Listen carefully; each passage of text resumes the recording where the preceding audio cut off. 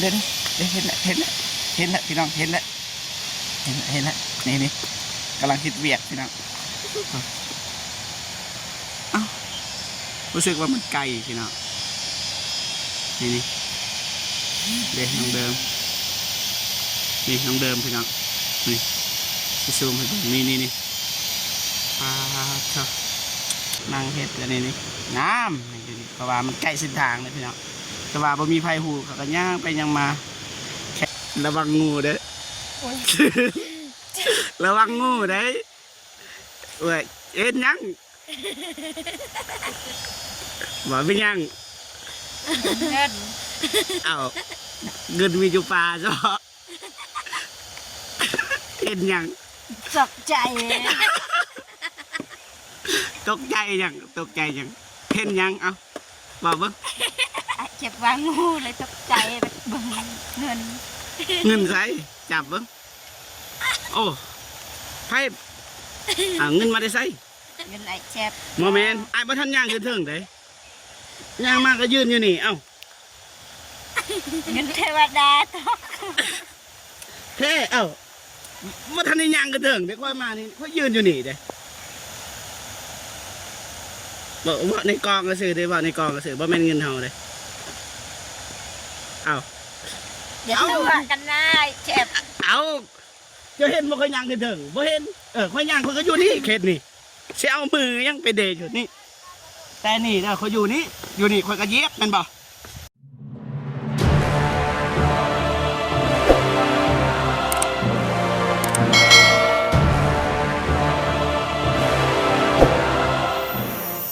ทักทายสบายดีและสวัสดีพ่อแม่พี่น้องเบิร์ดสุคนเนาะทั้งในลาวและก็ต่างประเทศเนาะยินดีต้อนรับเข้าสู่ซองเบาเจ็บคือเก่าพี่น้องเนาะวันนี้ก็มาสะพาย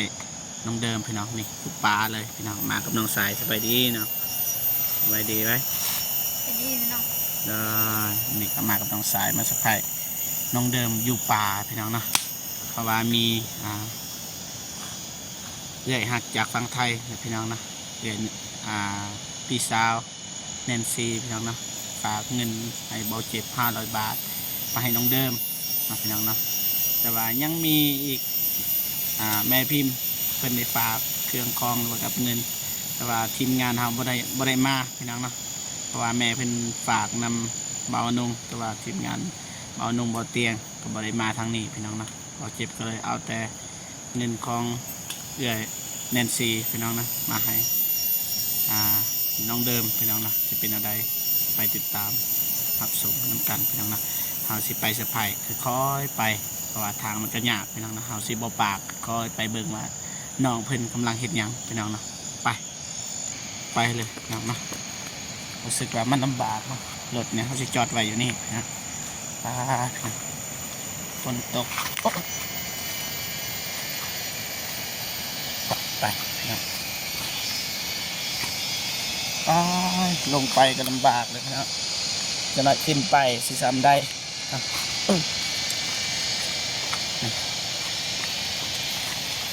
มันมืนพี่น้องเนาะผู้ใดบ่เคยลงไปแบบนี้นี่เก็บสถานเดียวนะไปพี่น้องค่อยไปนะลำบากทั้งนั้นก็มีตาดพี่น้องเดี๋ยวพี่น้องอาจจะได้ยินเสียงพี่น้องนะน้ำห้วยมีตาดบอกว่าน้องเดิมเห็ดยังบางทีน้องเดิมก็สิกลับแล้วเพราะว่าตอนนี้3 โมงขากลับลำบากนี่30ขึ้นพี่น้องคันไดปั๊บไปพี่น้องซาก่อนเห็นบ่ไปขอเด้อแม่นบ่เสือแดงครับขอเด้อจะให้เราเห็นครับ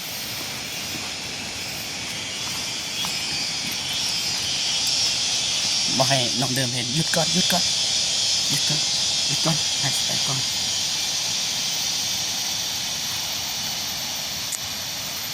ชอบนี่ไปแม่นบ่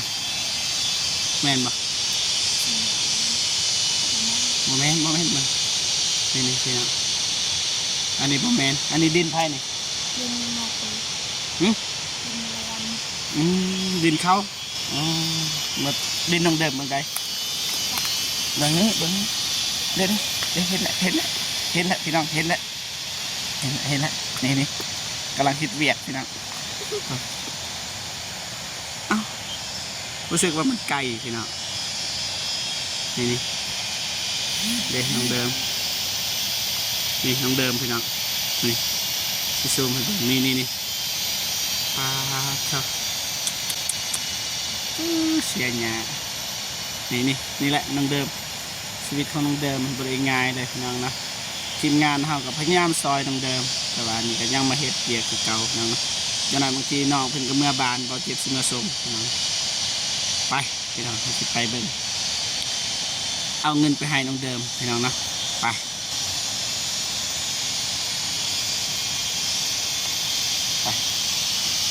โอ้เกี่ยวอีกไปนี่เกี่ยวใส่หันอีกพี่น้องนะไปบรินัดไม้เลยพี่น้องไปอย่างเดียวคนเสาตกไปเลยความมือนี้นี่เบิดมือเลยอัปเดตแต่บาทน้องสาลีแล้วก็บริทายยังเลยเห็นแล้วเขาเบิ่งแล้วเห็นแล้วเดนเดิมเบิ่งแล้ว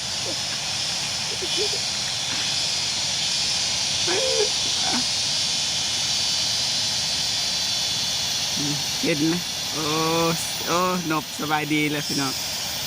นบสบายดีเลยหัดโอ้พี่น้องเอ้ย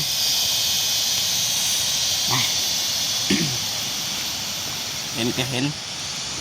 หากระสิบไปนี่สิบทายให้เบิ่งตาดพี่น้องเด้อมีธรรมศาสตร์สวยสดงดงามเลย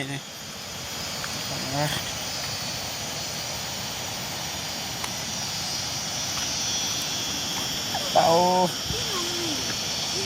นี่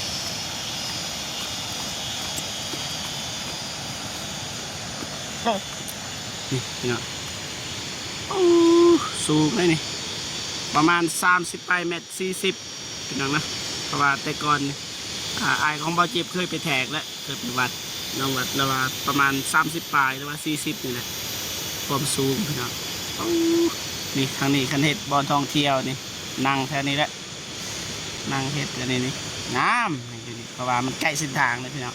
แต่ว่าบ่มีไฟหูเขาก็ย่างไปยังมาแขกทางอื่นต่างประเทศนี่เขาบ่ฮู้คันเขาฮู้นี่ป๊าคัก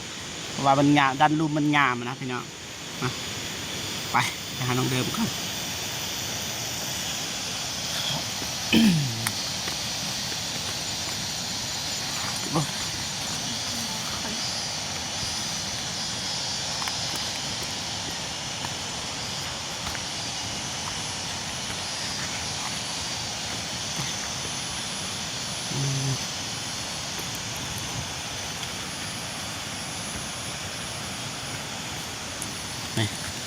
ฟังเลยไอ้สิบอกเด้อ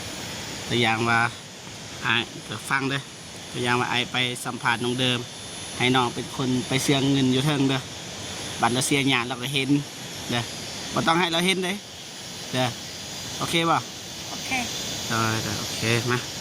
เกี่ยมโตก่อนพี่น้องนะจะเอาเงินให้น้องเพิ่นก่อนโอเคตอนนี้เงินนำน้องซ้ายพี่น้องนี่ยายเพิ่นฝากมาให้นี่500พอดีเงินลาวตกอยู่330,000แต่ว่าบ่เจ็บสิให้เลย350,000พี่น้องเนาะโอเคไปเขียนต่อไปต่อเสื่องไว้แล้วเงินนี้เด้อไป มันไกลพี่น้องบ่เมื่อบ่โอ้สบายดีเด้อได้โอ้โหบัดเดี๋ยวบาดเจ็บนี่ก็ได้คือแบบบ่หูเสยสบายดีเด้อน้องชาย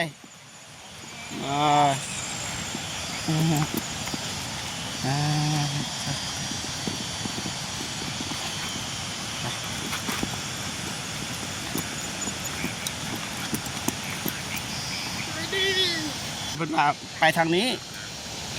มันใกล้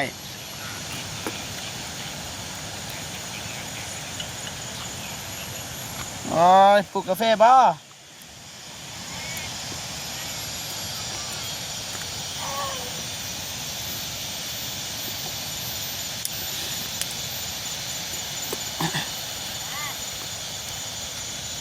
โอ้ยลำบากเนาะอย่าว่าเลยว่าเฮ็ดเวียกสิย่างก็ยังยากเลยพี่น้องพี่น้อยสู้เด้อไงเด้อสู้เด้อ เด้อขอบใจเด้อบางเจ็บ ได้ ได้กำลังใจสู้ ได้สู้อ๋ออย่าเหยียบกาแฟ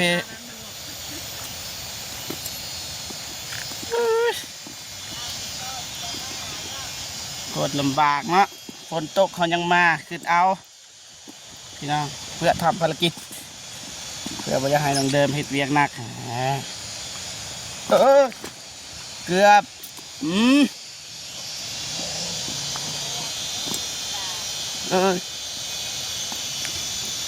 โอ้มื่นเลยโอ้ย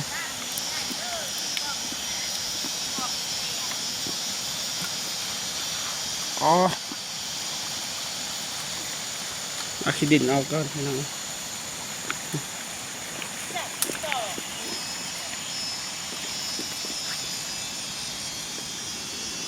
โอ้ยยาได้ตกลงลุ่มนี่บ่เจ็บก็ขาหักพี่น้องโอ้ยเสียวเลย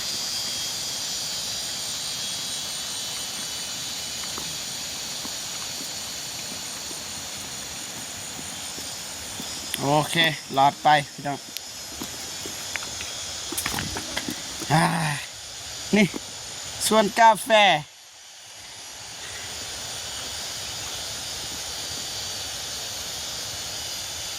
ส่วนกาแฟพี่น้องนะ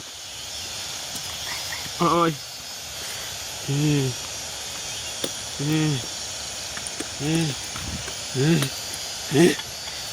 เนี่ยเองเมื่อยเองสบายดีเด้อใหญ่เด้อเมื่อยบ่ เมื่อย เสียเลยเสียบกวนละสิไปหาน้องเดิมก่อน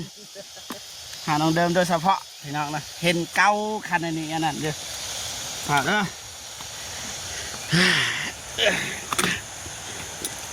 สบายดีเด้อไอ้เจ็บ เดี๋ยวพักกันทนายไอ้ตกมาแนมกองมาทางนี้ โตมาเขือ ไป โต พอเหยียบบ่ เหล็กก็หยุด โอ้ขอโทษ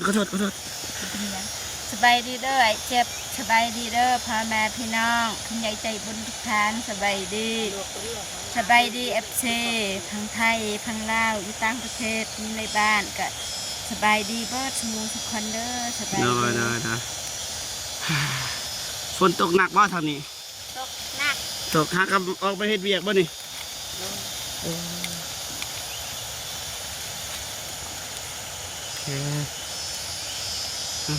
เฮ็ด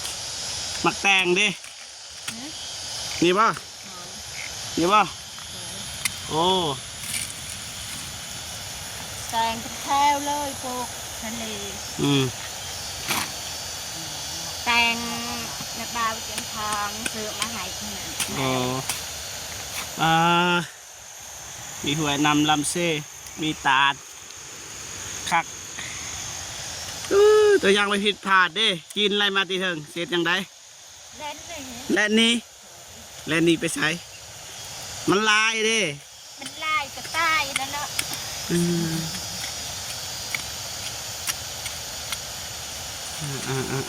สู้มานี่ติมานี่เนาะมายืนไกลๆนี่มายืนให้กำลังใจโอเคนะบ่ได้ไปใช้ได้บ่นี่นั่งซื่อๆได้นั่งถ่ายคลิปเลยพี่น้อง ทางซื้อก็ได้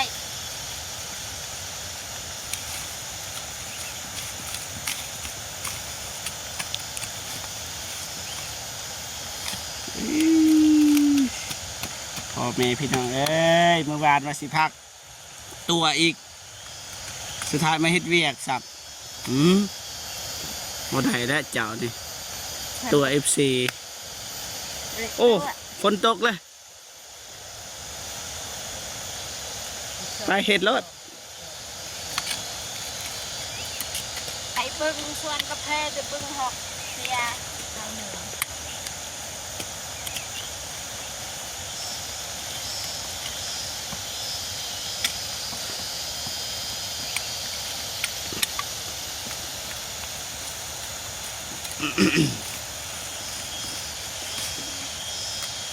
โอ้ฝนตกนะ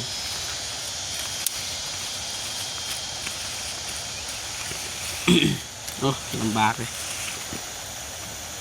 คือบ่เสียทางเทิงลงมา ปาก ลำบาก เมิน โอเคโอเค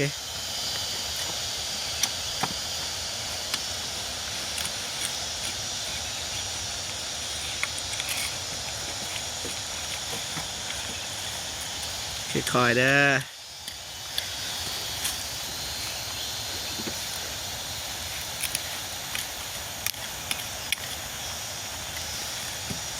คอยใจเย็นระวังงูเด้อ โอ้ย ระวังงูเด้อเว้ยเอ็นยังบอกไม่ยัง เงิน เอาเงินมีอยู่ป่าจ้ะเอ็นยัง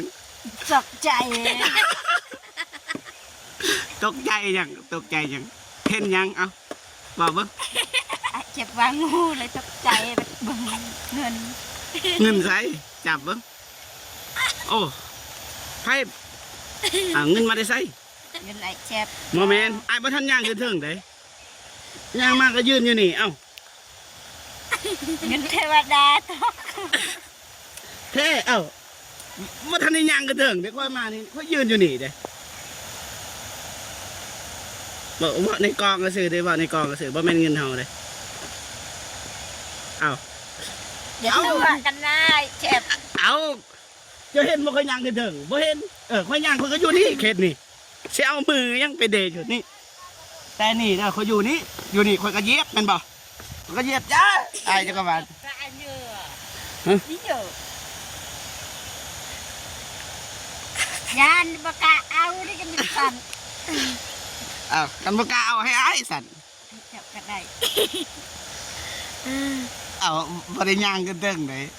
เห็นบ่ หมวก ตะ หมูเจ้า มือไว้ ห เอา มูไอ้เจ็บ สิเอาบ่เงินสิเอาบ่เงินเนี่ย เอา เอา พอดีได้ไปถวายพระตอนแรง ตอนแรกโอ้ ไหว้พระ ไหว้พระพระสิเคยไปไหว้พระอยู่ไส อยู่บ้านทั้งไหว้ อยู่บ้านทางไหว้นี่มีวัดบ่ อาจารย์เสียดบอลอาจารย์อยู่ อ้าวไผสะไผแท้บ่ได้ย่างทางนี้เด้ว่าความจริงเด้บ่ได้ย่างเลยอันนี้ก็บ่ได้ย่างเลยมันจะอยู่หลุมแล้วบัดเงินอยู่เถิงสิแกล้งแบบนี้บ่เป็นใช่บ่อ้าวเพราะว่าบางทีมีเงินเทวดาก็มีเด้ว่าบ่ได้เด้คือเขาเล่านิทานเขาเคยเล่าเด้เท่าไรเอาเบิ่ง 350,000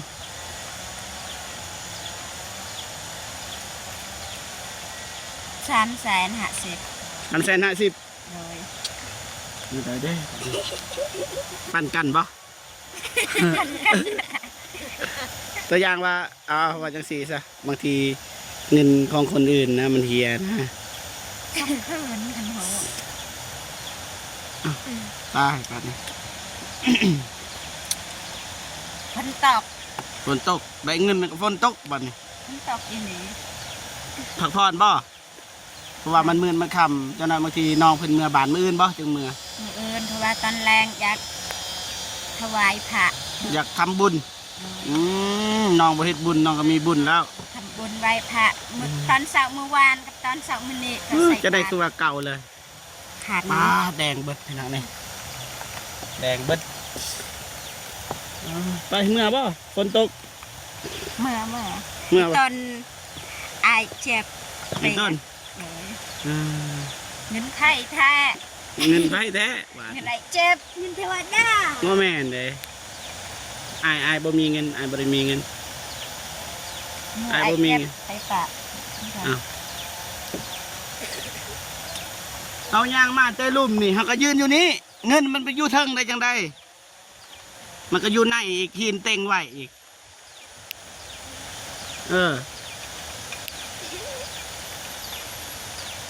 งงนะบัดนี้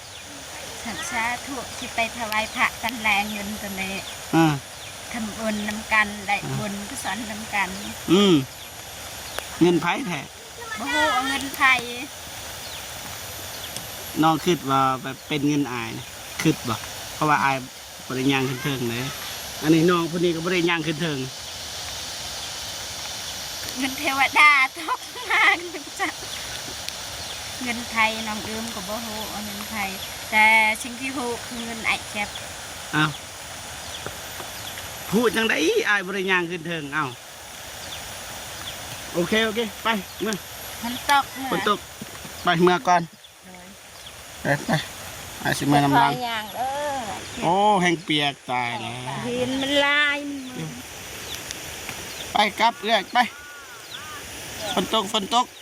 ตอนไม่กันสันเปียกอันอื่นนี่บ่เสียดายไม่กันสันเพราะว่าผู้ใหญ่ใจดีเพิ่นซื้อมาให้เพิ่นก็อยากให้เฮารักษา ได้บ่ไอ้เจ็บ น้องเด้อมันเปียกคู่มืออยู่แล้วก็ย้อนเสียดายแล้วจึงไปนำ เกิดก็ดึงจ้ะท่านอีโถงามบ่ ไปคู่นี่งามสำนองเดิมนี่แหละ ไปเอาพาก่อน ไปเงินเทวดา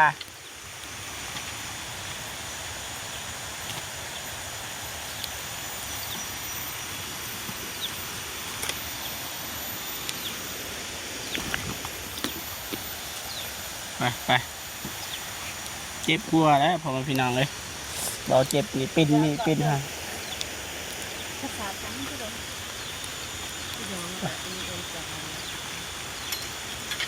ไปกลับสอบอีกนะให้คอยย่างเด้อ จักไปคอยคือกันได้โอ้บ่ได้ไป แตกบ่ ไอ้ยังไอ้เตก แตกบ่ว่าเป็นแบบภาษาลาว บ่เป็นยังไป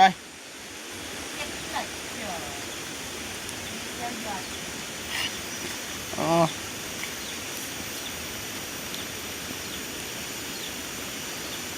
บ่ได้พี่น้อง คอยเด้อ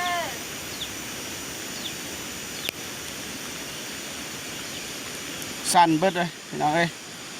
มันมื่นเลยเกือบบ่เจ็บ เดินบักจูงมือก็ต้องยำจูงละเจ็บ รังแกผู้หญิงบ่ได้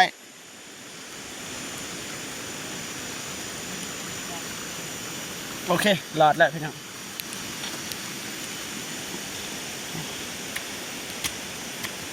ดินไผ่เบื้องนี้ดินเอื้อยเพิ่นบ่ดินไผ่นี่ เอา ฮะ เอาเอง อ้าว เจี๊ยบไอ้เจ็บ โอ้ขุดให้อีกบ่เป็นหยังนะไปบ่เป็นหยังไป บ่เป็นยาง บ่ขุดพอละอ๋อนะขุดให้บ่เจ็บอีกพี่น้องไปมื่นเนี่ยโอ้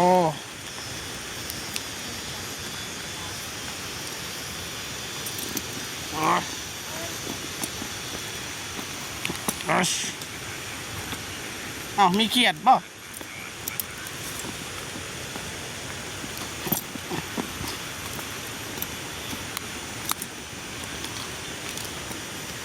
โอ้ย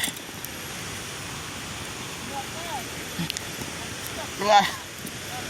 บากบ่ได้เบิ่งกองบ่ฮู้ว่าถ่ายถึกหรือบ่นะ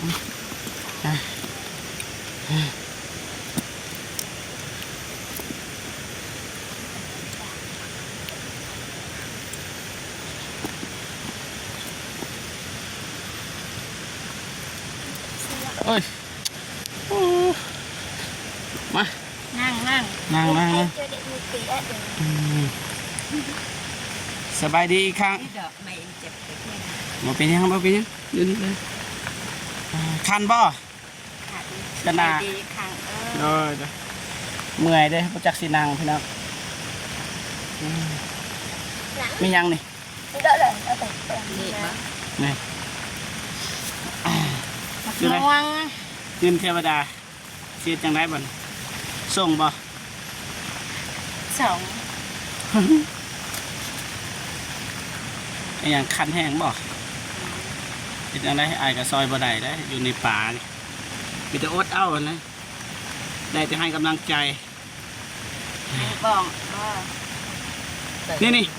อายเคยขึ้นไปทางนี้เด้เสือบ่นี่ภูนี่ภูนี่น้องเดิมนี่ฮอดนี้ ต้องดื่มก็เคยขึ้น ว่าสิไปพูนบ่ภูหัวโลดนี่ไปบ่ฮอดพี่น้องมันไกล เป็นก้อนหนัก อ่า บ้าง นี่นะ ยืนปัดไม่เยอะอวดนี่ โอเคประมาณนี้พี่น้องนะวันนี้ก็มาหาน้องเดิมเนาะว่าสิมาหาน้องเดิมเลยไปส่งบ้านแต่ว่าน้องเดิมว่ามื้ออื่นจังกลับเพราะว่าอยากเฮ็ดบุญแม่นบ่ โดยตอนเช้าใส่บาตร ตอนเช้าบ่หรือว่าตอนแลง ตอนแรงไหว้พระตอนเช้าใส่บาตร มื้ออื่นบ่โอ้แสดงว่าน้องมีบุญเด้อสัตว์เฮ็ดเงินแล้วก็ไปใส่บาตรต่อ ใส่บาตรได้บุญกุศลนำกัน แม่น คน บ่โอเคสิเว้าเด้อซะเลยพี่น้องน้องผู้นี้เป็นคนไปวางเงินนี่ไปสะพายนี่ผู้นี้เนียนเลยน้องเดิมบ่ฮู้เลยพี่น้องนะตกใจคิดว่างู สุดท้ายแล้วเป็นเงินโอเคอันนี้ก็คือเงินของเอื้อยแนนซีบอกได้เท่านี้แหละเอื้อยแนนซีจากฝั่งไทยที่บอกลายมันก็บอกได้เพราะว่าเอื้อยเพิ่นบ่ให้บอกขนาดแต่ว่าบ่จิบก็บอกหน่อยนึงแล้วก็บ่ได้เว้านามสกุลบอกแต่เอื้อยแนนซีเพิ่นให้เงิน500บาทก็ลาวๆเงินลาวก็330,000แต่ว่าเบาเจ็บแถมให้20,000พอดีเป็น350,000แม่นบ่เบาเจ็บจกเงินตัวเองนำอีกบาท ใส่เวลาได้ โอเคมีแต่ว่าน้องขอบคุณนะเดี๋ยวแนนซี่ ขอบคุณเด้อทางคุณยายใจบุญอยู่ทางไทยเอื้อยแนนซีสงสารเมตตาน้องเดิมคอยเอื้อยอยู่เย็นเป็นสุขกายสุขใจความเจ็บอย่าได้ความไข่อย่าเมมีโศกให้มานให้ลำให้รวยเหตุเดียการงานนั้นได้ขอประสบความสำเร็จให้อายุมันพันยืนนอนให้ได้เงินหมื่นตื่นให้ได้เงินแสนให้ที่ใดก็คอยไปหอดจากถึงให้มีคนหักคนหอมปรารถนาสิ่งใดใครได้สิ่งนั้นเด้อเอ้ย โอเคขอบคุณพี่น้องนะวันนี้ก็เบาเจ็บมาสะพายเอาเงินให้พี่น้องนะอยู่ในป่าบ่มีไผเฮ็ดได้พี่น้องเบาเจ็บไปกับน้องทรายเพิ่นนี่ไปอยู่ป่าเมื่อนั้นไอเตียงเราก็เคยมาทางนี้แม่นบ่ โดย เคยมาอ้ายเพิ่นว่าโอ้ยขนาดย่างไปกับเมื่อยเลยบัดกลับหั่นนะขย้อนไปว่าแบกเครื่องแบกของนะแบกอันนี้นี่เบียร์กาแฟอย่างโอ้ยบ่ได้เลย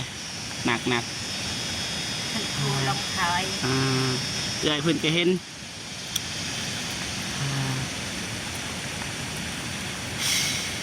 แม่พิมพ์เพิ่นก็ฝากเงินมาให้นำให้พี่สาวแล้วก็ครอบครัวแหละแต่ว่าเบาจิบบ่ทันไปเอาเครื่องคองก็ฝากนำเบานงคิดว่าเบานงเพิ่นมาสุดท้ายทีมงานเฮาก็ไปหาอย่างให้เบาไอเตรียมทองก็เลยบ่ได้มาพี่น้องเนาะก็เลยบ่ได้มอบให้พี่น้องก็บ่ว่ากันนะแม่พิมพ์รอต่อไปนะเครื่องของแม่พิมพ์มื้อหน้ามื้อไหนจังว่ากันนะประมาณนี้พี่น้องเนาะโอเคพี่น้องเนาะสะพายน้องเดิม เซอร์ไพรส์น้องเดิมเป็นทีเฮ็ดหอยพี่น้องเนาะบ่ฮู้ว่าเซอร์ไพรส์หรือบ่พี่น้องเนาะแต่ว่าน้องคนนี้เซอร์ไพรส์กลัวนี่วางเองเซอร์ไพรส์เองพี่น้องเนาะก็ประมาณนี้นะจังใดก็ขอบุญขอบคุณนะเอื้อยแนนซีนะที่ให้เบาจิบเป็นสะพานบุญในครั้งนี้นะจังใดก็ขอให้เอื้อยจงมีแต่ความสุขสุขภาพแข็งแรงลำรวยๆอย่าเจ็บอย่าจนให้ร่ำรวยยิ่งขึ้นไปเด้อเอื้อยเด้อนะสาธุเอาคลิปนี้เบาจิบก็สิจบคลิปบอนี้เลยพอๆกันคลิปหน้า